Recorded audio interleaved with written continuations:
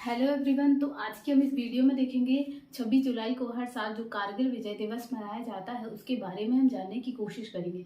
उसके इतिहास को हम जानेंगे कि ये युद्ध हुआ था वो क्यों हुआ था, और इसके जो इस युद्ध में जो शहीद हुए जो महान हस्तियां थी या जो महान व्यक्ति थे उनके बारे में भी हम एक शॉर्ट में जानने का प्रयास करेंगे। तो आइए हम वीडियो की शुरुआत करते हैं। क्योंकि कारगिल विजय दिवस 26 जुलाई 1999 की घटना से संबंधित है, इसलिए इसे कारगिल विजय दिवस के रूप में मनाया जाता है। भारत में यह 26 जुलाई को मनाया जाता है। इस दिन भारत और पाकिस्तान के बीच सन 1999 में एक युद्ध लड़ा गया था जो लगभग 60 दिनों तक चला था, और यह 26 जुलाई को इस युद्ध का अंत हुआ था और इस युद्ध में भारत विजय हुआ था। भारत के इस अदम्य साहस एवं इस बलिदान ने इस युद्ध में भारत को विजय दिलाई थी, और भारत ने ऑपरेशन विजय नामक अभियान चलाया था। 18,000 फीट की ऊंचाई पर 18,000 की ऊंचाई पर हुए इस युद्ध में भारत के लगभग 527 वीर सैनिकों की शहादत इस देश को देनी पड़ी थी, और लगभग 1300 से ज़्यादा जो सैनिक थे वो शहीद हुए थे। पाकिस्तान के लगभग 1000 से 1200 सैनिकों की इस युद्ध में मौत हुई थी, और इस युद्ध में भारत के जो वीर जिस तरह इस भारत के वीर सैनिकों ने इस युद्ध को लड़ा था उससे पाकिस्तानी जो सेना थी उसके छक्के छुड़ा दिए थे। और जो जम्मू कश्मीर के ये जो कारगिल क्षेत्र है, यह जम्मू कश्मीर के कारगिल जिले में मई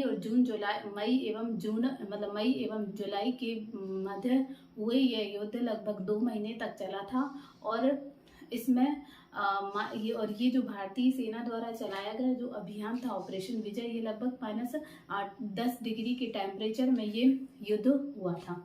अब हम जाने कि इस युद्ध के पीछे क्या कारण थे, यानी कि जो कारगिल विजय दिवस थे, मतलब जो कारगिल जो युद्ध हुआ था उसके पीछे का मुख्य कारण क्या था। तो कारगिल युद्ध के पीछे का मुख्य कारण था कि 1971 में हुए भारत पाकिस्तान के युद्ध के बाद से जो पाकिस्तान था वह कश्मीर के कई इलाकों में अपना कब्जा करने की कोशिश कर रहा था कई बार और कर रहा था, और उसके बाद से जो कारगिल में भारत सरकार द्वारा यानी भारतीय सेना द्वारा चलाया गया ऑपरेशन विजय ने इस पूरे युद्ध में एक महत्वपूर्ण भूमिका निभाई। पाकिस्तानी सेना द्वारा जो कारगिल ट्रास जो इलाका था उसमें लगातार पाकिस्तानी सेना उसमें कब्जा करने की कोशिश कर रही थी, और इससे जो माहौल था वह बहुत तनावपूर्ण बना हुआ था। और उसके बाद पाकिस्तान द्वारा मतलब भारत पाकिस्तान के युद्ध के बाद फरवरी 1999 में भारत एवं पाकिस्तान की सेना के बीच हुए शांति समझौते के बाद भी मई 1999 में पाकिस्तान द्वारा कब्जा किए गए जो इलाके थे, जो कश्मीर के जो इलाके थे, उनको अपने पुनः नियंत्रण में लेने के लिए भारतीय सेना द्वारा ऑपरेशन विजय चलाया गया। अब हम जान लेते हैं कि इसके युद्ध के पीछे के कारणों को।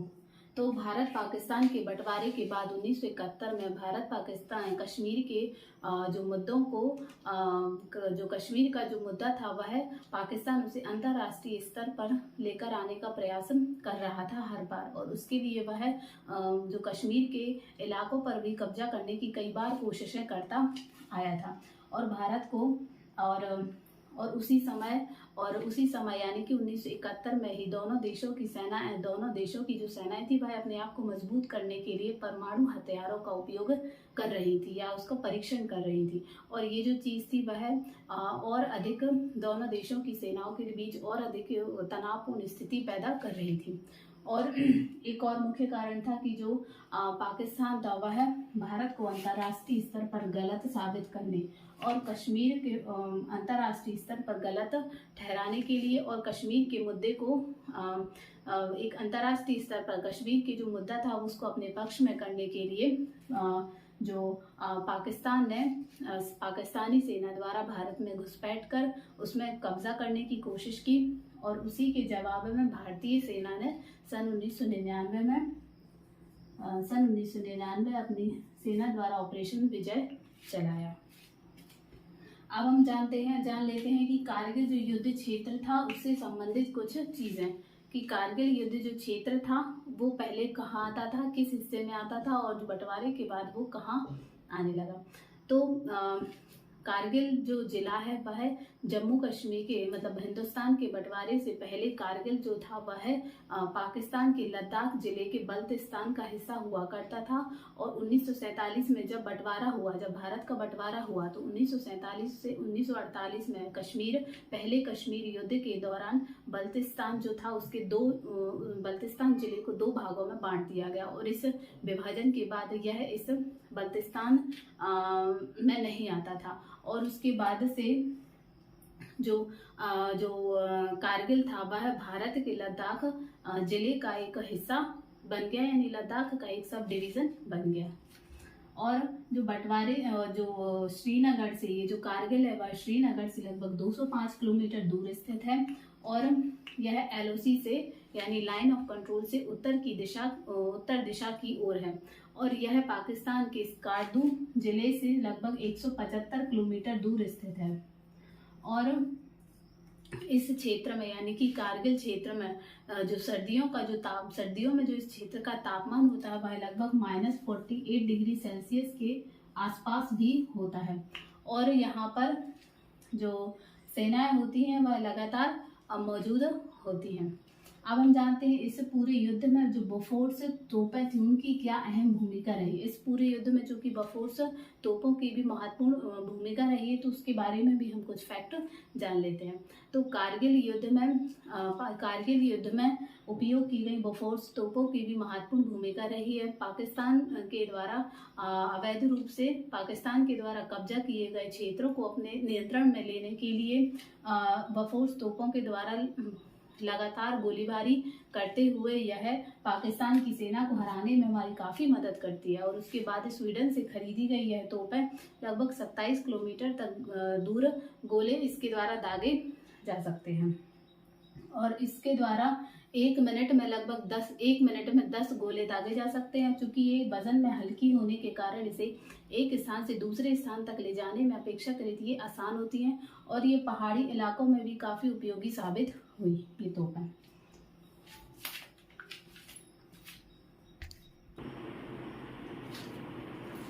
और अब हम उन 4 प्रमुख व्यक्तियों या मुख्य शहीदों के बारे में हम बात करेंगे जिन्होंने इस पूरे युद्ध में एक महत्वपूर्ण भूमिका निभाई। क्योंकि इस जो पूरा युद्ध था उसमें बहुत से शहीदों का नाम याद किया जाता है, लेकिन हम मुख्य रूप से अभी फिलहाल में हम 4 शहीदों के बारे में हम देखेंगे। तो पहले नंबर पर आते हैं कैप्टन विक्रम बत्रा। कैप्टन विक्रम बत्रा उन वीर योद्धाओं में से एक है जिन्होंने सामरिक रूप से कारगिल विजय युद्ध में दुश्मनों के छक्के छुड़ा दिए। मुख्य रूप से यह हिमाचल प्रदेश के पालमपुर एक छोटे से पालमपुर जिले के रहने वाले कैप्टन विक्रम बत्रा ने उनकी बहादुरी के लिए उन्हें पाकिस्तानी लड़ाकों ने भी उन्हें शेरशाह के नाम से नवाजा था। और साथ ही में भीषण गोलीबारी सामने से होती हुई भीषण गोलीबारी के बावजूद भी उन्होंने जो पलटन थी डेल्टा इलाकों में भी बहादुरी से उन्होंने लड़ाई लड़ी और उन्होंने फतेह हासिल की। 7 जुलाई की सुबह को वो जब चढ़ाई कर रहे थे तब एक एक अधिकारी की उनको युद्ध क्षेत्र से निकालने के लिए 7 जुलाई की सुबह को ही शहीद हो जाते हैं। और इनकी वीरता एवं इनके सम्मान के लिए है मरणोपरांत परमवीर चक्र यानी भारत की सर्वोच्च वीरता सैनिक पुरस्कार परमवीर चक्र से इन्हें सम्मानित किया जाता है। दूसरे हैं कैप्टन अनुज नैयर। 17 जाट रेजिमेंट के कैप्टन अनुज नैयर जो टाइगर हिल्स को फतेह करने में इनकी महत्वपूर्ण भूमिका रही थी। टाइगर हिल्स की एक महत्वपूर्ण चोटी हुआ करती थी जिसका नाम है वन पिपल, उसकी लड़ाई में इनका महत्वपूर्ण योगदान है। .4875 की पोस्ट जो थी वह 6000 फीट की ऊंचाई पर थी। और इस चोटी को ये लोग जीतना चाहते थे ताकि आगे की राह को आसान बनाया जा सके। इसके लिए उन्होंने अपने 6 साथियों के साथ 6 जुलाई की रात को चढ़ाई प्रारंभ की।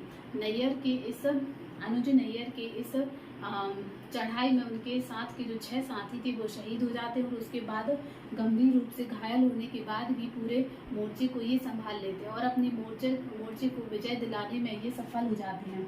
और जो उनकी ये पॉइंट 4875 की जो चोटी थी उसको ये फतेह कर लेते हैं। और उसके बाद इनके अदम्य साहस के लिए इन्हें भारत के दूसरे सर्वोच्च सैनिक पुरस्कार महावीर चक्र से इन्हें सम्मानित किया जाता है। तीसरे नंबर पर आते हैं कैप्टन मनोज पांडे। गोरखा राइफल्स के कैप्टन गोरखा राइफल्स के कैप्टन मनोज पांडे कारगिल के युद्ध में